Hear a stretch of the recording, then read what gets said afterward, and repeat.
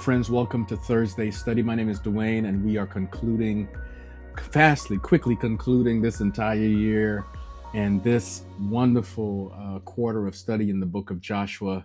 Today, finishing well. Finishing well. Isn't it a good thing to finish well, to know that you have done what you were supposed to do, and that henceforth, as the Apostle Paul says in 2 Timothy, there is laid up for you a crown of righteousness. Isn't it wonderful to know that you have finished well?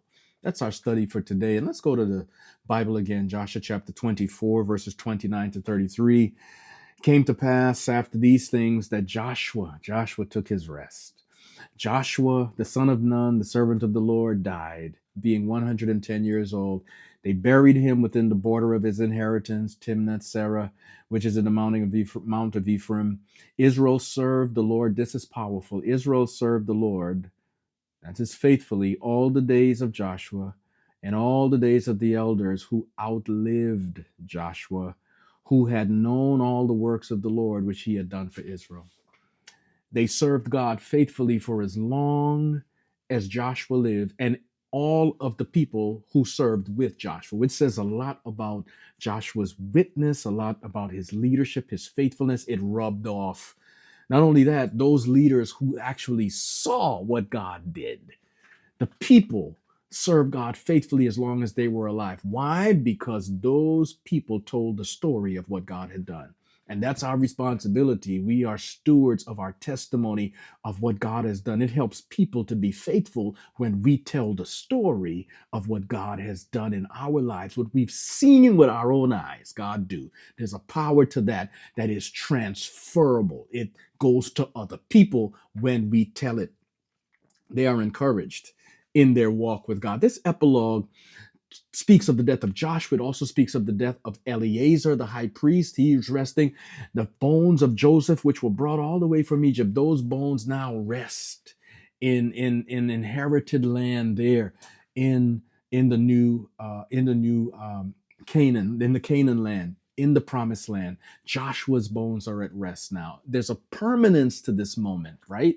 The people of God have been traversing and traveling. They've been fighting and conquering, and now they are at peace in the land, right? It's probably still got some folk to drive out, but largely the work is done, and God's promises of the promised land, God's faithfulness to them is the golden thread that ties all the stories together. God has been through it all. God has been with them through it all. And now, as his faithful servant Joshua takes his rest, the people of God have a question.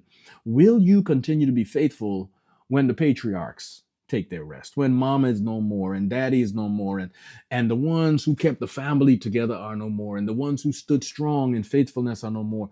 When they take their rest, will those who remain be faithful? That's the open-ended question of this story and of this book.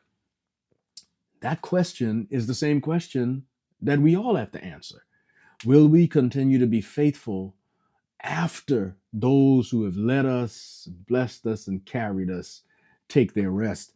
2 Timothy 4 and verse 7, the Apostle Paul says, I know I fought the good fight. I finished the course. I kept the faith. He knew for a fact that he was faithful and that he had done what God had asked him to do. Not perfect, just faithful. That was Joshua's secret, a life of faith and faithfulness.